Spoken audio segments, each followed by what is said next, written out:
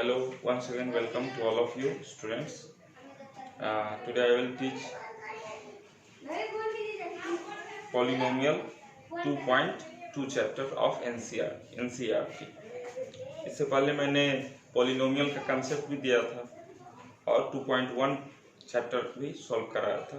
तो polynomial का जो सेकेंड कंसेप्ट था पार्ट 2, उसको आप लोगों ने अच्छी तरह से देखा नहीं है और शायद आप देख लेते उसको तो मुझे नहीं लगता है कि 2.1 या 2.2 या किसी भी चैप्टर को बताने की ज़रूरत होती।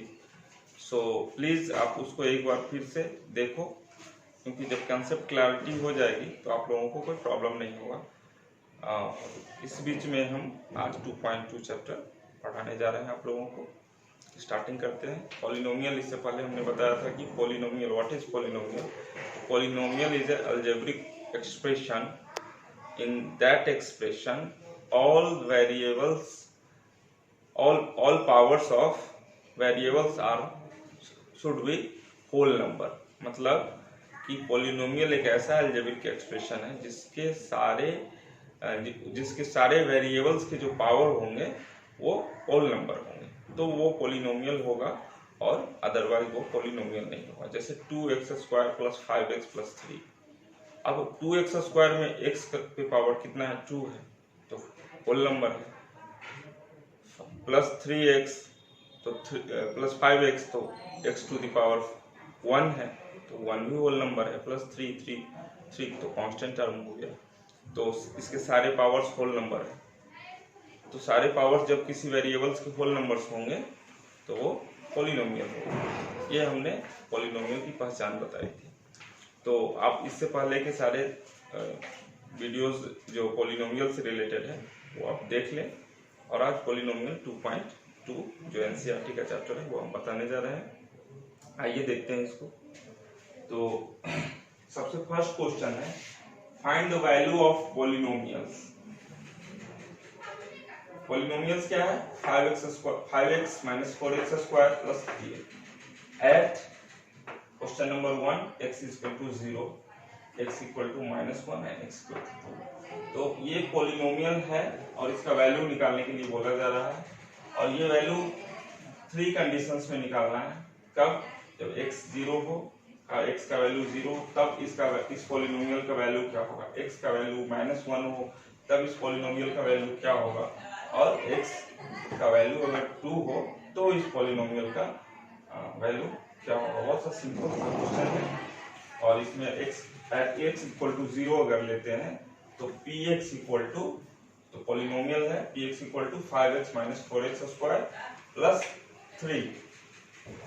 so x = 0, so we should put here 0 at the place of x। तो p0 = यहाँ पे 5x है तो x की जगह पे फिर यहाँ 0 पुट करना होगा, फिर 0 का स्क्वायर + 3। तो किसी भी नंबर्स को 0 से मल्टीपल करेंगे तो 0, फिर 4 × 0 तो 0 और +3, तो 0 0 कैंसिल हुआ, यहाँ पे रह गया ओनली 3। ये 3 आपका आंसर आ गया। सेकंड क्वेश्चन है यहाँ पे, एट x = -1, तो p -1 = 5 × -1, 5x है तो x की जगह पे -1, फिर -4 × -1 का होल स्क्वायर और +3। इस हिसाब से 5 × -1 तो -5 और 4 × -1 तो 4 × -1 तो ये माइनस माइनस प्लस हो जाएगा और यहाँ पे प्लस हो जाएगा। और ये 4 + 3 7 और 7 - 5 हो जाएगा, यहाँ पे +2 हो जाएगा इसका आंसर, है ना। तो ये सेकंड हो गया। ये थर्ड नंबर क्वेश्चन है, एट x = 2 पे, तो x के जगह पे 2 रखेंगे तो px जैसे यहाँ पे था तो वहां पे p2 हो जाएगा। और p2 मीन्स x 5x, तो 5 × 2 -4 × 2 का स्क्वायर +3, यानी कि 5 × 2 = 10, 4 × 2 का स्क्वायर यानी कि 4 तो 16, तो -16 + 3 तो 13 - 16 = -3। तो ये क्वेश्चन नंबर फर्स्ट था, आप इसको नोट कर लो। उसके बाद क्वेश्चन नंबर सेकंड बताएंगे। होप सो कि आप लोगों को इसमें कोई प्रॉब्लम नहीं होगा, एकदम इजी एक्सरसाइज है, कंसेप्ट क्लैरिटी एक बार हो जाएगी तो ये सारे क्वेश्चंस आप खुद से कर सकते हो। बट फिर भी हम ये आपको बता दे रहे हैं, आप इसको सॉल्व करके खुद से भी कर सकते हो। बहरहाल आप इसको नोट करो, है ना।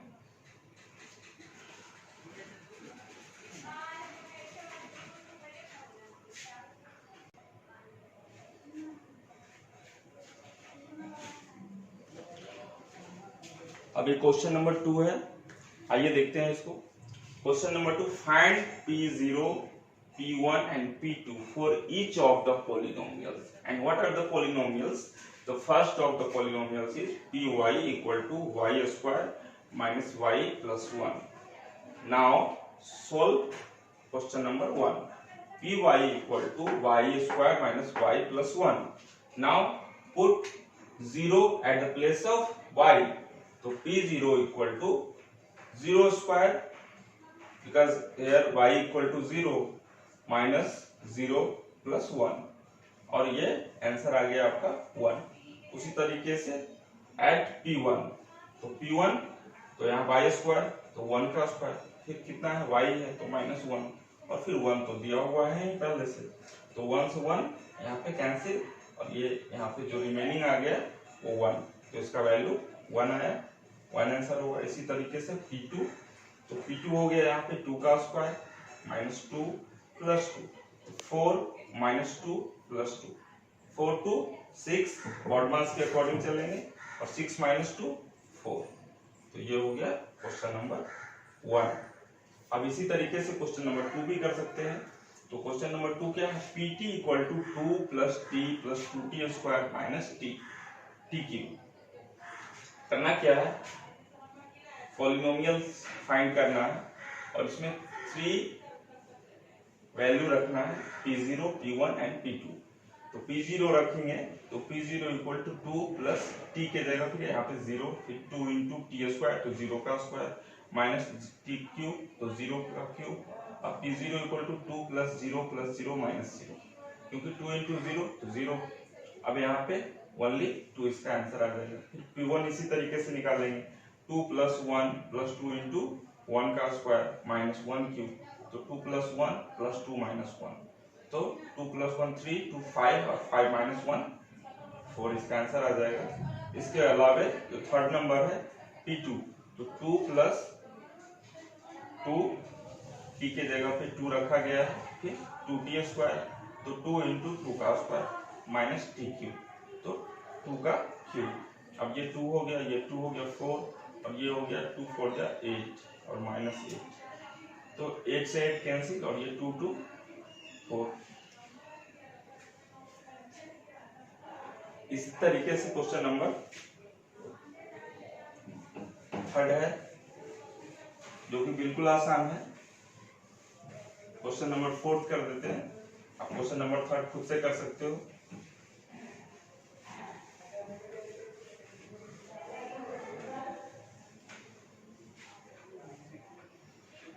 फर्स्ट सेकंड होने के बाद थर्ड आप खुद से कर सकते हो, इजी क्वेश्चन है। फोर्थ में देखो, फोर्थ भी खुद से कर सकते हो, बट थोड़ा इसको पहले सिंप्लीफाई करेंगे, x माइनस 1 और इंटू एक्स प्लस 1। अब आप लोगों को याद होगा ये formula, a plus B into A minus B equal to A square minus B square, ये होता है। आप मल्टीप्लाई करके आप देख भी सकते हो, ये 8 का फॉर्मूला है, शायद आप लोगों को याद नहीं हो तो आप मल्टीप्लाई करके देख लोगे, ये इतना आ जाएगा। अब px, तो सबसे पहले इसको सिंप्लीफाई करके px को लिखेंगे, पॉलिनोमियल को इसको सिंप्लीफाई करेंगे, तो px equal to X square, यानी कि x को a मान लेते हैं और b मानते हैं 1 को, तो एक्स स्क्वायर माइनस 1 का square, it means px equal to X square minus 1। Now p0 निकालना है, तो p0 इक्वल टू 0 का स्क्वायर माइनस 1, तो यहाँ पे हो गया -1, इसके बाद सेकंड में आते हैं, ये हो गया P0, फिर P1 निकालना है इसी तरीके से, इसको नोट कर लो आप लोग।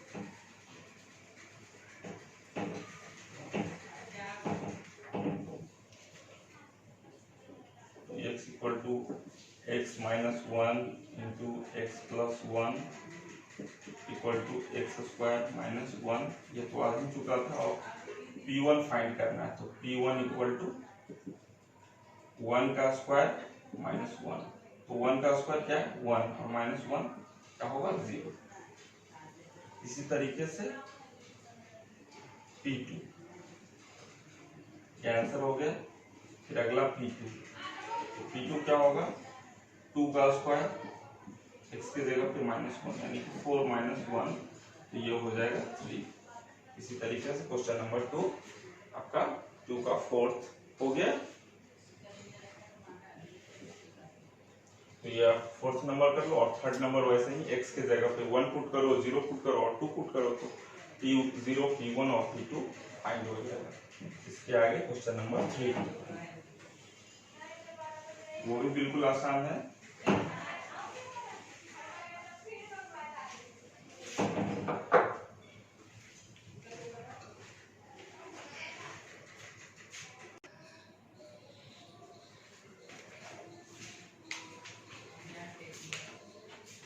इसके आगे जो 3rd नंबर क्वेश्चन है वो है zeros of the polynomial. I taught you in my previous videos of concept of polynomial about zeros of the polynomial। तो zeros of the polynomial क्या है ये मैं पहले बता चुका हूँ, फिर भी एक बार रिपीट कर दे रहा हूँ। zeros of the polynomial वो है जो यहाँ px में x का वैल्यू जो पुट किया जाए उसके वो पुट करने पे इस पॉलिनोमियल का वैल्यू 0 आ जाएगा, तो वो जो वैल्यू होगा वो जीरोस ऑफ द पॉलिनोमियल होगा। मान लो कि यहाँ पे 2 पुट करते हैं और उसके बाद ये 2 पुट करने के बाद यहाँ पे इसका वैल्यू 2x प्लस n जो पॉलिनोमियल है इसका वैल्यू क्या होता है 0 आ जाता है, तो इस पॉलिनोमियल का 0 क्या होगा 2 होगा। और या फिर 5 पुट करने पे यहाँ पे इस पॉलिनोमियल का वैल्यू 0 आ जाता है, तो वो क्या होगा 0, इस पॉलिनोमियल का 0 क्या होगा, जीरोस क्या होगा वो 5 होगा। तो इस क्वेश्चन में करना क्या है, इस क्वेश्चन में करना है verify whether the polynomials are zero of the whether the followings are zeros of the polynomial indicated. इसमें ये है कि एक पॉलिनोमियल दिया हुआ है और x का एक वैल्यू दिया हुआ है। अब पूछा ये जा रहा है कि ये क्या वैल्यू यही जीरोस ऑफ द पॉलिनोमियल है, तो चेक करके बताना है कि हाँ ये जीरोस ऑफ द पॉलिनोमियल है भी या नहीं। इसको चेक करके वेरीफाई करना और बताना है। तो क्वेश्चन नंबर 6 और 7 हम 2 क्वेश्चन लिए, जो कि इस 3rd नंबर में बहुत सारे क्वेश्चंस हैं, वो सब आपको करने हैं। ये 2 क्वेश्चन थोड़ा सा अलग है, थोड़ा डिफिकल्ट है, तो इसको हम ले लिए हैं, बाकी सब आप खुद से कर सकते हो। तो इसको ध्यान से देखो। तो px equal to question number 6,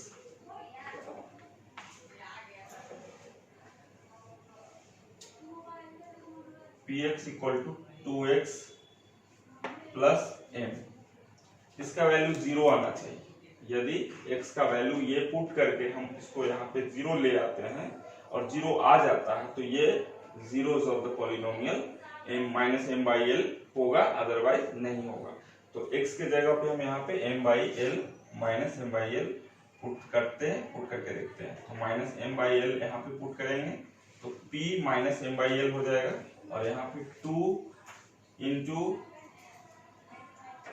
minus m by l और प्लस m। अब यहाँ पे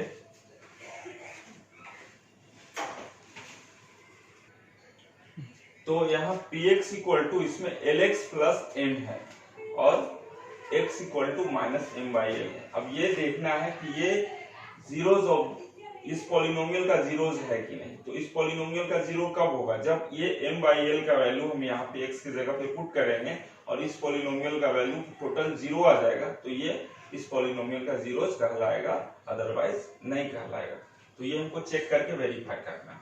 तो यहाँ पे 2/x नहीं है, lx प्लस m है, dx इक्वल टू, तो यहाँ पे l into minus m by L और प्लस m x के जगह पे पुट कर दिए। अब यहाँ पे p minus m by L का वैल्यू क्या हो जाएगा, का वैल्यू हो जाएगा l into minus m by L plus l से l कैंसिल, चूंकि एक नीचे है ऊपर है, डिनोमिनेटर और न्यूमरेटर में है। अब m यहाँ पे आया माइनस m प्लस m, तो ये कैंसिल होकर के इसका वैल्यू क्या आ जाता है, 0। तो हम लिखेंगे यहाँ पे, देखो पॉलिनोमियल का वैल्यू 0 आ गया, इट मींस ये जो x equal to minus m by L का वैल्यू है ये इस पॉलिनोमियल का जीरोस है। तो हम लिखेंगे yes x equal to minus m by L is zeros of the following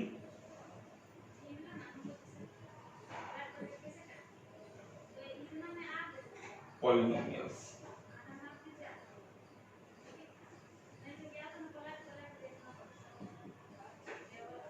check करना है, चेक करके अगर है तो यस, नहीं है तो नो, ये लिखना है। तो ये क्लियर हो गया, इसको आप नोट कर सकते हो, वीडियो बैक करके आप देख भी सकते हो अगर प्रॉब्लम हो तो, और कमेंट करना, यदि प्रॉब्लम होगा तो हम फिर से उसको क्लियर कर देंगे। मिटाते हैं इसको।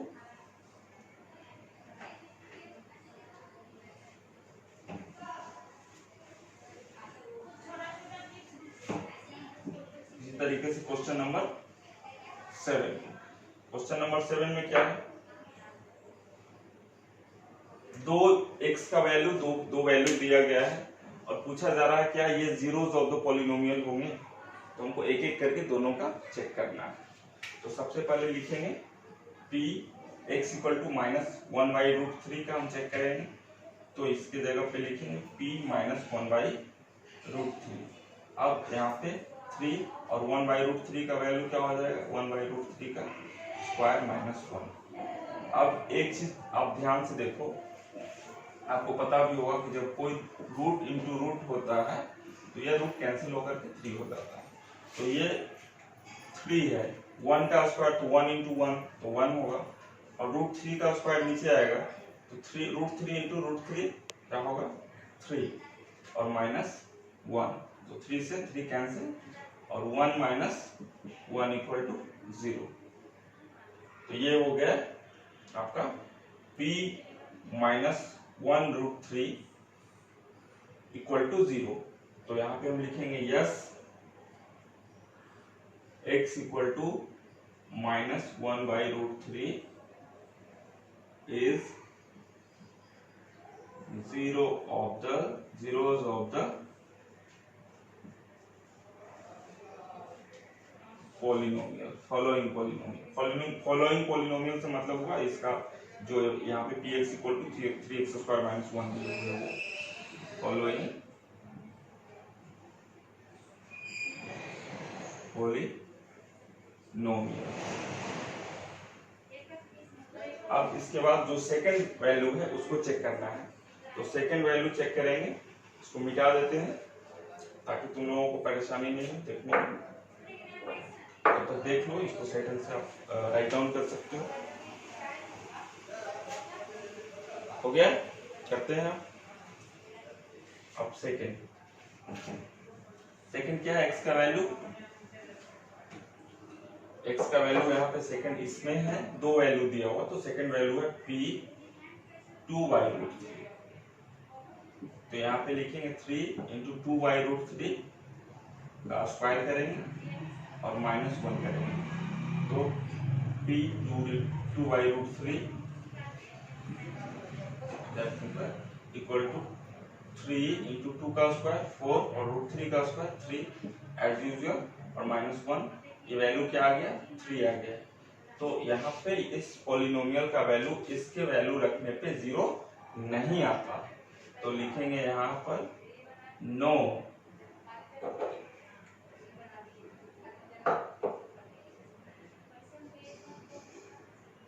x equal to 2 by root 3 is not the zero of the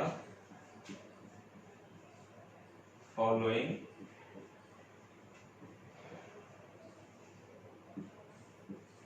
polynomials। तो इसमें x का दो वैल्यू दिया गया है, एक -1/√3 और दूसरा 2/√3। एक इसका polynomials zero of the polynomial होता है, इस पॉलिनोमियल का जीरो है और दूसरा नहीं। तो ये दोनों मिलके करके चेक कर लिए और ये थर्ड नंबर क्वेश्चन आपका, थर्ड नंबर का जो दो मेन क्वेश्चंस था ये हम कर लिए। बाकी थर्ड नंबर का टोटल क्वेश्चन आप लोगों को खुद से करना है। और उसके बाद यदि किसी क्वेश्चन में प्रॉब्लम हो तो आप उसके कमेंट बॉक्स में लिख सकते हैं, उस क्वेश्चन को फिर हम अगले क्लास में सॉल्व कर देंगे।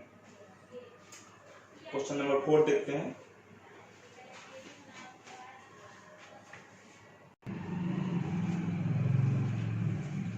इसके बाद जो नेक्स्ट क्वेश्चन है इसमें ये फाइंड करना है zeros of the polynomial find करना है। मतलब इसका पॉलिनोमियल जीरो, इस पॉलिनोमियल का जीरो कौन होगा। पिछले क्वेश्चन में क्या था, पॉलिनोमियल का जीरो दिया हुआ था, उसको वेरीफाई करना था वेदर इट इज और नॉट, ये है या नहीं। इसमें ऑलरेडी नहीं दिया हुआ है और आपको फाइंड करना है। तो इसको फाइंड करने का मेथड क्या है, सबसे पहले तो इसको जीरो मान लेंगे टोटल को और फिर इस x का वैल्यू निकाल देंगे। तो वही वैल्यू फिर इसमें रखते हैं तो वो जीरो आ जाएगा। तो इसके लिए क्या करना होगा, सबसे पहले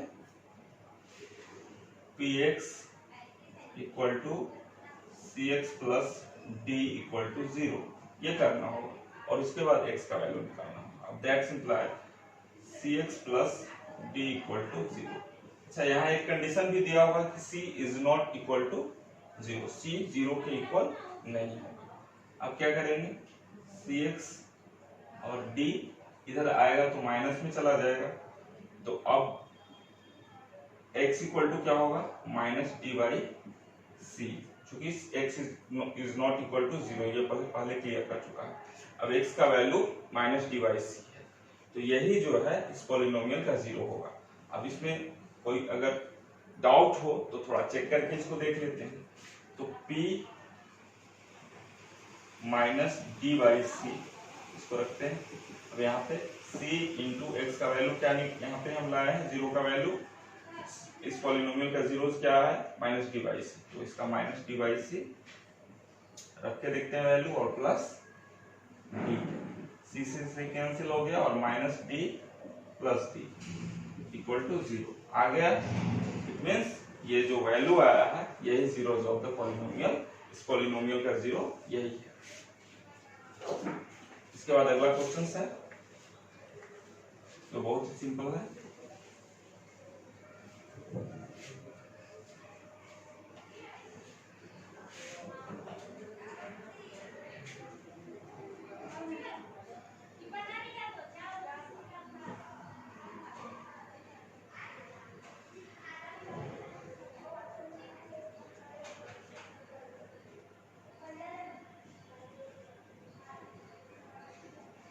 अब जो नेक्स्ट क्वेश्चन है उसमें px इक्वल टू ax दिया होगा और x is not equal to 0। ये क्वेश्चन नंबर